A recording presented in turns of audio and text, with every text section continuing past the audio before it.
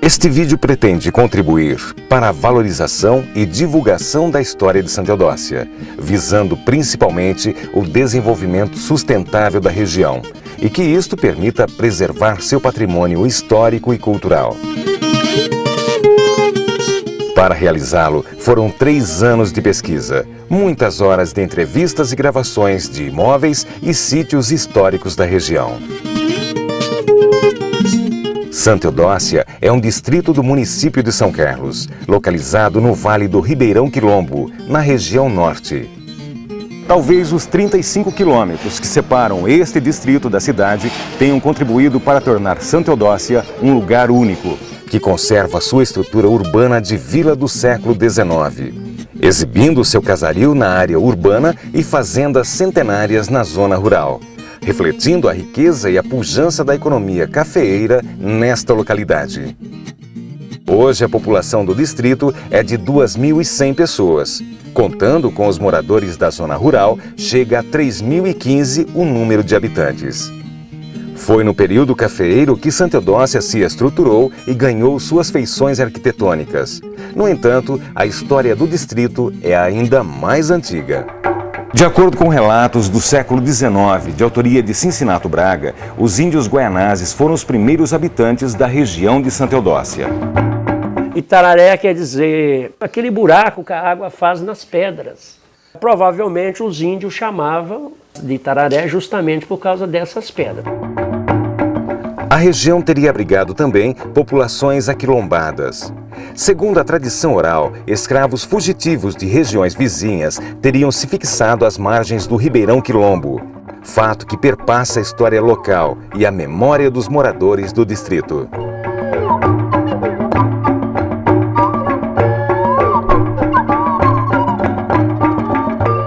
Os nomes da região, Quilombo, Ribeirão dos Negros, etc., são indicações de que havia uma população escrava razoável na região.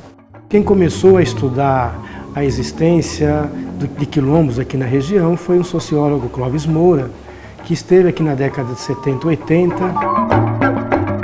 São tradições orais que, sabe, avós, bisavós contavam, mas infelizmente não se tem nada que pudesse confirmar a existência do quilombo na região. São Sebastião do Itararé foi o primeiro nome dado ao povoado surgido nesta região pelos seus moradores, entre os quais destacam-se as famílias de poceiros, vindos da região mineradora e do leste de São Paulo, que desbravaram a região. Meu avô era José Fabiano de Carvalho. O Fabiano de Carvalho e o Zacarias Simplício, o Zacarias era o marido da dona Chiquinha. Foi os primeiros moradores fixos daqui. A minha tataravó, Anacleta Ribeiro de Jesus. Ela tinha propriedade em Minas Gerais, veio para cá e tomou posse. Isso foi em 1807. Dali foi desmembrando as fazendas, foram grilhando, houve muito grileiro aqui. Esse nome, além de aludir ao córrego que corta o distrito, teria sido uma homenagem ao santo de devoção dos primeiros habitantes do local, que ergueram uma capela para São Sebastião, que existe até hoje. Que foi a capela de São Sebastião do Itararé. Depois foi São Sebastião do Quilombo. Embora haja registros de viajantes sobre esse período inicial da vila, é em 1812 que tem início a história oficial de Santa Eudócia, com o reconhecimento legal da Sesmaria do Quilombo, de propriedade do padre Manuel Joaquim do Amaral Gurgel.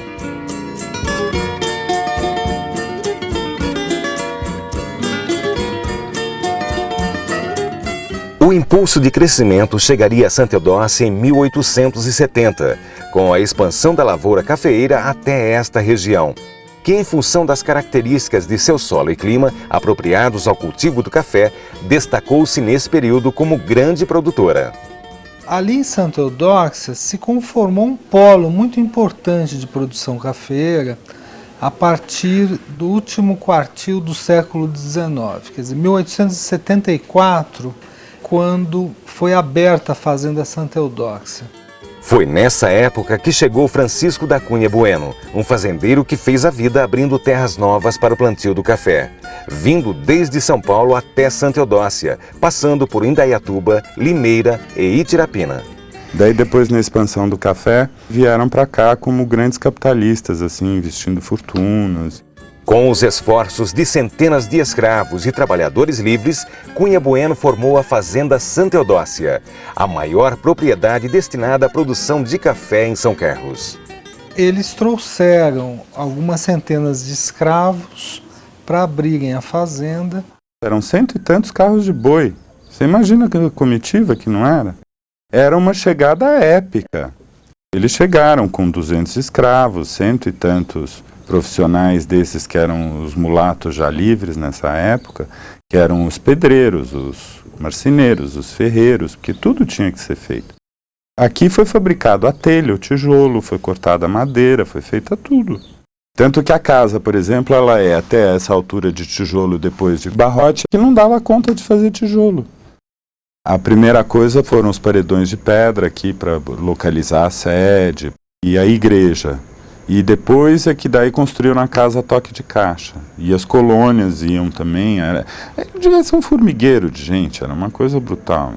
E aqui embaixo da casa funcionava açougue, selaria, padaria. Tinha um escritório aqui do Visconde e depois do Alfredo Helles, mas o escritório de contador, essa coisa toda, era aí do lado, né? Tinha escola. Daí em cima tinha o consultório médico, farmácia, morava administrador, alguns empregados às vezes até que alojassem em Santa Eudóxia, construísse uma casa.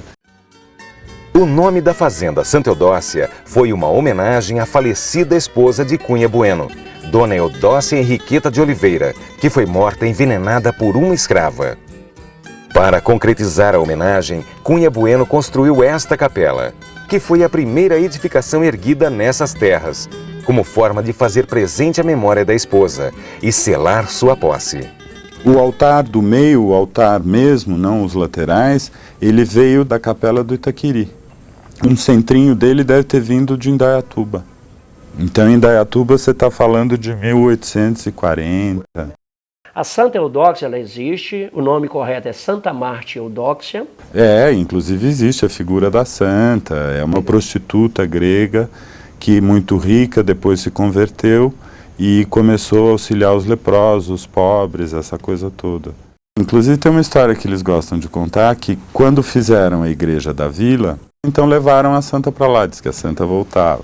Falava que levaram aqui na vila, e no outro dia ela voltava na fazenda grande, mas eu não sei, né, se ela volta. Fazendo uso de processos inovadores na colheita, secagem e beneficiamento do café, Cunha Bueno começou a produzir um produto de grande qualidade, do tipo Santa Eudóxia, reconhecido internacionalmente, o que acabou rendendo a ele o título de Visconde da Cunha Bueno. E eles partiram para uma coisa capitalista de café, que era assim, aqui nunca teve roda d'água, desde que foi construída a Tulha já tinha caldeira a vapor, eles tinham gerador. Tinha quase 2.000 pessoas, era praticamente uma pequena cidade, de tão enorme que era. Para você ter uma base, o terreiro de café tem mais de 2 quilômetros. 3 níveis de terreiro, que é na forma de quase um cachimbo, e no fundo ele termina com uma área muito grande que eles chamavam do quadrado. Então não é para secar qualquer cafezinho, né? E daí criaram um tipo de café de qualidade que só daqui para Ribeirão Preto é que produziu esse grande café. Que não era esse café de derriça, assim, puxado inteiro. Era colhia mão a mão só os grãos vermelhos em cima de pano branco. Depois tinha despolpador, despolpava, passava um dia no terreiro e já ia para secador a vapor. Até 1888, quando foi promulgada pela princesa Isabel a lei que instituiu a abolição da escravatura, o trabalho nas lavouras de café era realizado pelos escravos. E tinha uma tuia lá também que diz que foi os escravos que levantou. Tem até hoje uma tuia de pedra.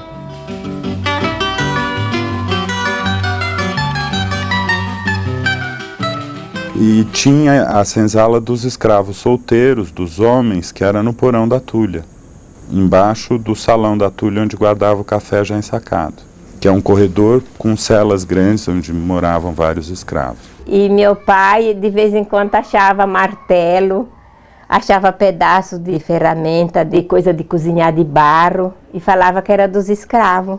As negras mais bonitas, mais bem tratadas, escolhidas, cuidavam da casa e moravam aí no porão. As escravas eram calçadas, usavam pentes de ouro.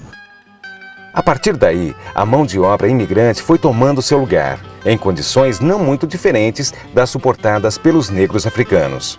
Era aquela labuta sempre de apanhar café, e o tempo. Aí apanhava uma semana, ficava apanhando. Depois daí uns 10, 15 dias ia barrer o café. Eles rastelavam café, nós limpando os troncos desse café. Aí banava, deixava tudo ensacadinho, pegava aqueles montão de terra misturado com café na peneira e sacoalhar que nem um palhaço. E jogar para cima para tirar os pauzinhos e a coisa, a folha, para ficar limpo. Aí vinha a carroça, levava o terreiro, lavava, depois no lavador. Do terreiro ensacava tudo e ia para a tuia. Vinha para a máquina, beneficiava o café, depois vendia o café. Daí despachava o café, tudo pelo Tengi. Como a principal destinação do café era a exportação, o transporte até o Porto de Santos foi uma dificuldade inicial a ser superada. Até a chegada do trem em São Carlos, em 1884, a produção era escoada pelo rio Mogi Guaçu. Nessa época, portanto, 10 anos antes da ferrovia chegar aqui em São Carlos, a fazenda começou a ser formada, já havia uma certa produção de café importante. Era uma coisa meio dantesca, porque o café saía daqui, ia de burro até o Quilombo. O Quilombo tinha um porto que chamava Porto Pulador. No Quilombo descia em canoa, daí eles tinham um naviozinho no Mogi que levava o café para Porto Ferreira, onde já tinha o trem. E todo o recurso vinha por um vaporzinho de descalvado, porque não havia estrada de ferro aqui, né? No final do século XIX, a vila passou por um processo de crescimento intenso, evidenciado pela diversidade de atividades comerciais que eram oferecidas. O censo de 1907 nos diz que há 1.869 indivíduos nas fazendas e 646 habitando a vila. Os imigrantes de várias etnias, vindos sobretudo da Europa, particularmente da Itália, além de sua disposição para o trabalho na lavoura, traziam conhecimentos adquiridos nos seus países de origem.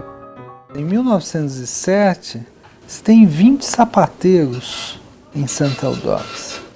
Você tem 5 alfaiates, 5 barbeiros, que são profissões tipicamente urbanas, né?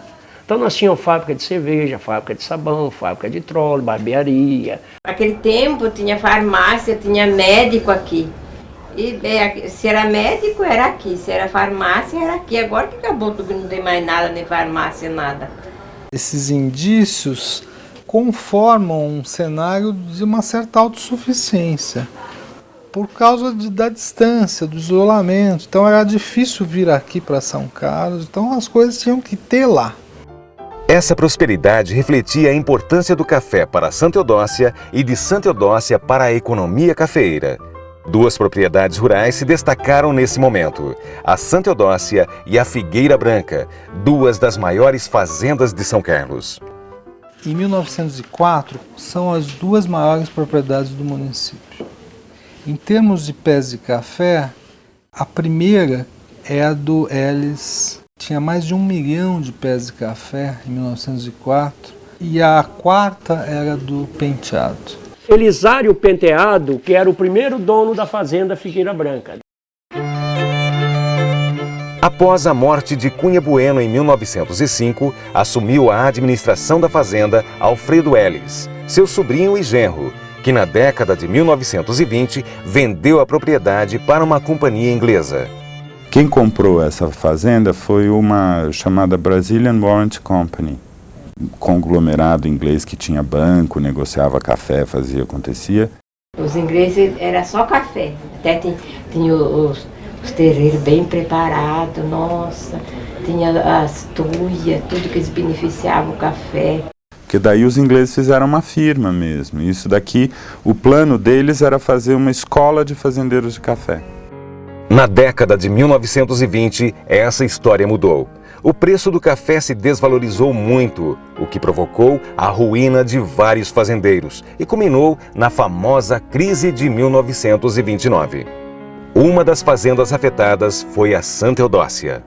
E depois teve a coisa da Bolsa em 29, que daí eles desistiram, daí eles lotearam a fazenda. Aí quem comprou foi o finado Solichano de Terruge, o Nicola de Lourenço e o finado Guido de Lourenço. Foi tudo partiu a fazenda, né? Com o desmembramento da Fazenda Santa Eudócia, a maior propriedade rural da região passou a ser a Fazenda Figueira Branca.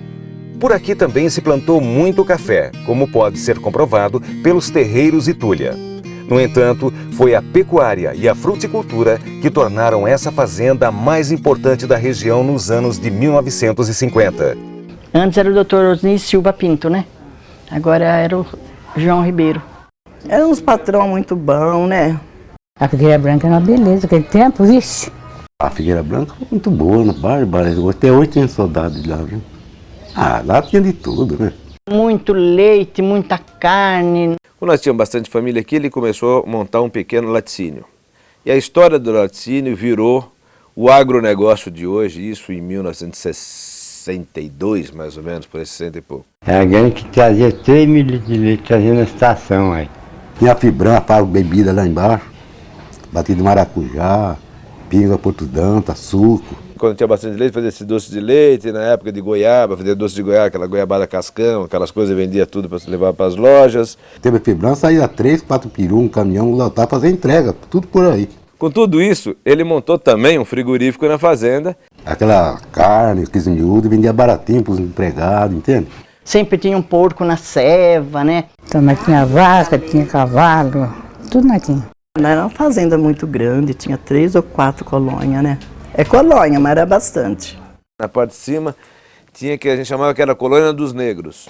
Depois nós tínhamos ali perto da praça, tinha a colônia dos portugueses, que era uma colônia só de portugueses, dos espanhóis e dos italianos. A gente vinha de longe daquela colônia com uma bacia de roupa na cabeça, lavar naquela vasca, todo mundo lavando junto. Depois subir com aquela bacia pesada. E hoje a gente lava aqui dentro de casa, na máquina ainda tá achando ruim, hein? A vasca lá era um coxo comprido. É um negócio de madeira bem grande. E a gente lavava a roupa lá dentro.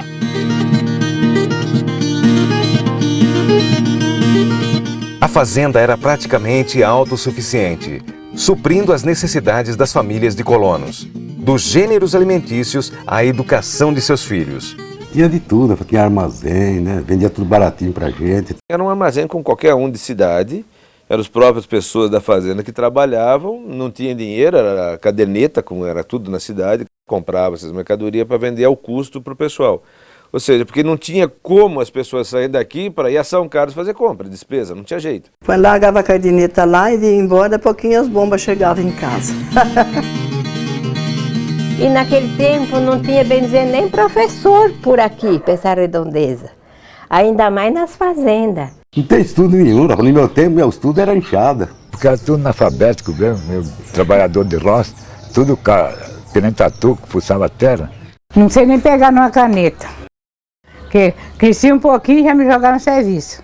O papai achava que não devia estudar, a mulher não devia estudar.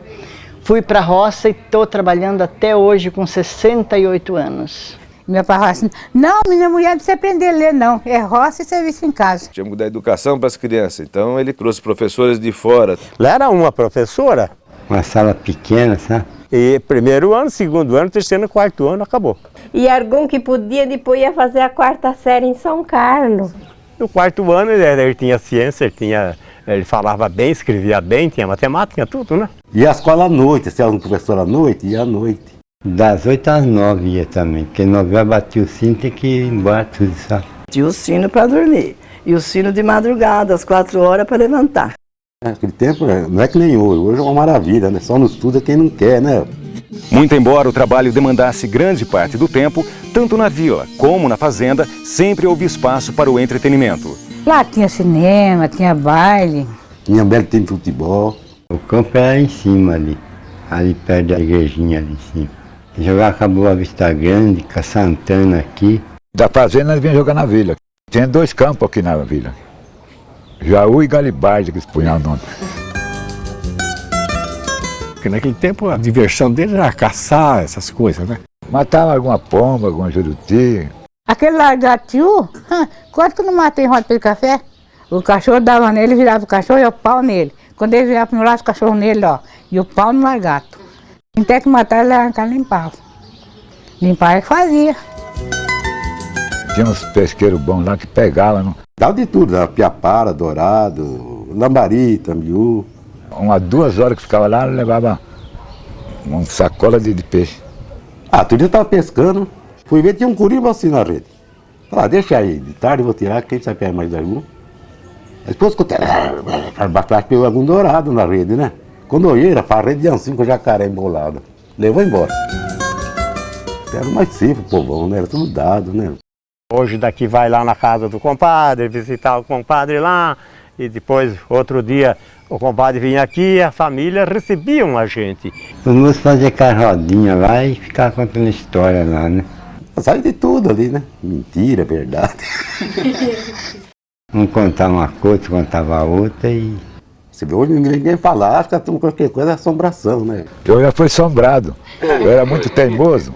Eu fui assombrado já. Começava a falar que você viu um papel mexendo, você já era assombração, saia correndo já. A gente nem não tinha brincadeira, né? Minha mãe era muito braba, não deixava a gente brincar em lugar nenhum, quando era criança, né?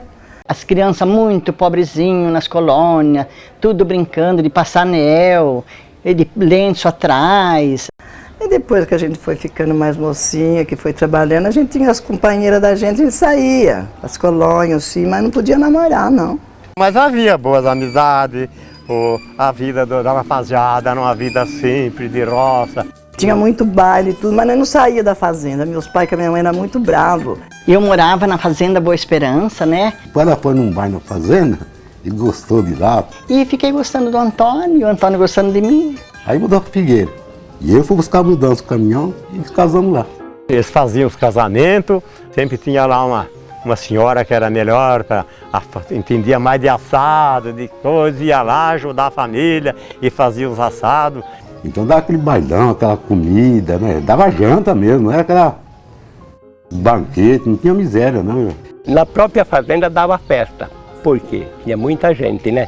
Então era muito animado, onde a gente passava, toda hora você tinha alguma coisa nova acontecendo. Tem um clube lá que tem coisa linda. Um salão de baile grande que tinha. Era um salão onde passavam-se filmes, peças teatrais. Não pagava nada. O meu pai trazia filmes de São Paulo e projetava o filme, então aos fins de semana o pessoal todo da região vinha assistir filmes aqui na fazenda. A turma falava muito filme do mocinho, né? Aquelas playboy, aquelas coisas. Mas depois que terminava o filme, né, a turma encostava as cadeiras nos lados e aí começava o baile, né? Samba, tapé, essas coisas, nós dançava. Aqui tocava, nós virava. Tinha os bailinhos, formava nas colônias, um que batia pandeiro, tocava um cavaquinho, violão. O tocador de lá era maior o final do João Silva, né? Baile de sanfona, baile com conjunto, que nem nós tivemos um conjunto aqui extraordinário. Era os Curimbatá, né? Éramos famosos, Zé da sanfona, então era muito bacana. Eles tocavam mesmo, umas duplas boas, né? Pardinho era mocinho, cortava lenha aqui, então ele foi ser violeiro, entendeu? Ele nasceu em Figueira Branca, né? Reunindo fé e diversão, as festas em louvores aos santos eram muito animadas. Boas lembranças que estão sempre presentes na memória dos mais antigos moradores. Era um povo tudo católico, então eles faziam as rezas e já vinha uma bacia com pão feito em casa. Sexta-feira Santa sempre foi muito bonito, porque se fazia aquela procissão bonita, né? Plantava arroz, milho e deixava no escuro, né? Tampadinho, ele ficava amarelinho. Quando era quinta-feira santa, então ponhava no senhor lá, ponhava tudo em volta, milho, arroz, tudo em volta no senhor. A missa era de quinta-feira à noite, a gente vinha do lado do sítio, vinha na missa. Depois de noite ia lavar a pé de quinta-feira. E essa procissão devia ter aí umas 500, 600 pessoas na procissão. E era muito bonito. Saía por toda a igreja e dava a volta na colônia inteira e tornava a entrar na igreja. Porque aquele tempo tinha bastante festa. Santo Antônio, São Pedro, São João. A ação de fé daquele povo antigo era uma maravilha. E eu levantei a bandeira há 35 anos. Tinha reza, depois da reza levantava o mastro e aí começava a festa na casa dela e varava a noite inteirinha, até de manhã essa festa. Ah, tinha vezes que a gente tocava, a gente dançava lá na minha área mesmo, a gente ferrava o pau lá na área mesmo. Fazer aquelas festas extraordinárias. Barbaridade, a turma daqui foi uma barraquinha. A festa começa no sábado, tem o baile grande, um bailão. Tinha muita gente aqui que fazia festa normal, com fogueira, quentão. Eles faziam aquele pau de sebo, põavam uma prenda lá em cima. Tinha todas essas coisas no meio do dia. E à noite, leilão, e aquela festona mesmo. Então era bom, muito bom. Era muito difícil sair assim, uma briga. A bebida do pobre Guaraná e cerveja era só Natal, dia de ano e Páscoa. E era uma admiração quando comprava aquela bebida. Por isso que hoje tem tudo beberão. Tinha uma mulher que fazia biscoito de polvilho assim, tinha um forno de lenha. Ixi, aquele ele tá dançando, tá comendo biscoito dançando. Tinha a moda de lenço, sabe? Apanhava o lenço assim na sanfona.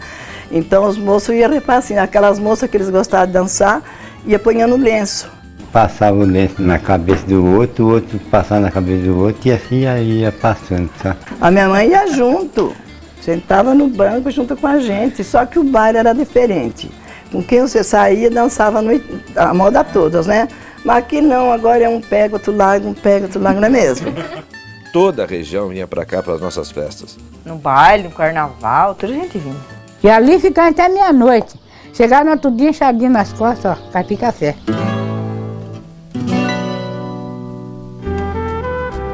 Hoje, as principais atividades de Santa Eudócia estão ligadas à agricultura e à pecuária. No entanto, o legado deixado pelos antepassados dessa gente está em processo de recuperação. O que eu vejo de Santa Eudócia, ela está se autodestruindo, porque as casas maravilhosas que tinham aí, as ruas todas de pedra, as casas maravilhosas, escolas, etc., as pessoas vêm vindo e vão destruindo sem saber o que estão fazendo. A pessoa estraga um patrimônio maravilhoso, que é o que pode trazer para a cidade algum futuro. Conseguimos pegar uma. Tinham dado essa casa para demolição.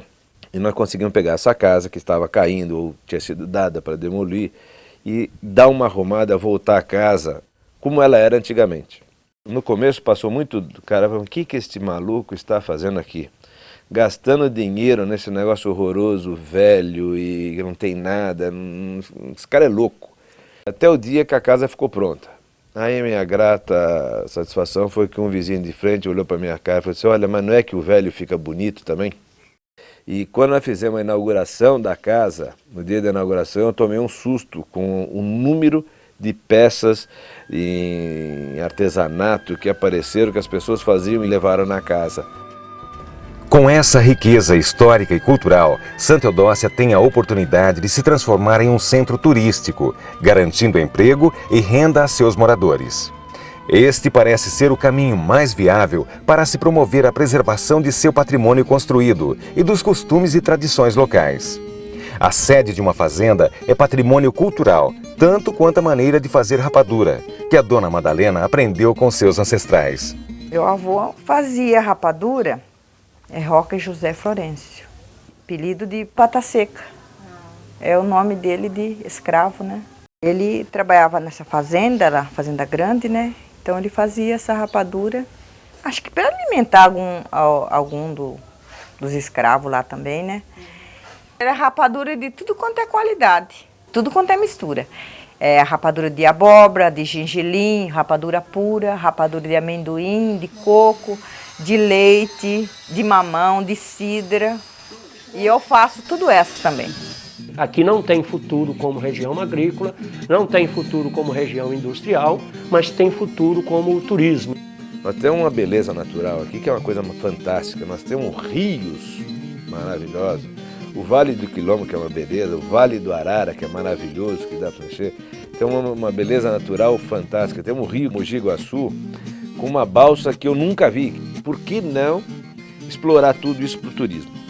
Aí surgiu essa ONG nossa, Vila Nossa Terra, que qual é a ideia disso aí? É transformar Santa Eudócia numa cidade como é hoje Tiradentes, Imbu, sei lá se é os meus netos que vão ver isso, mas alguém tem que começar, uma hora você tem que começar.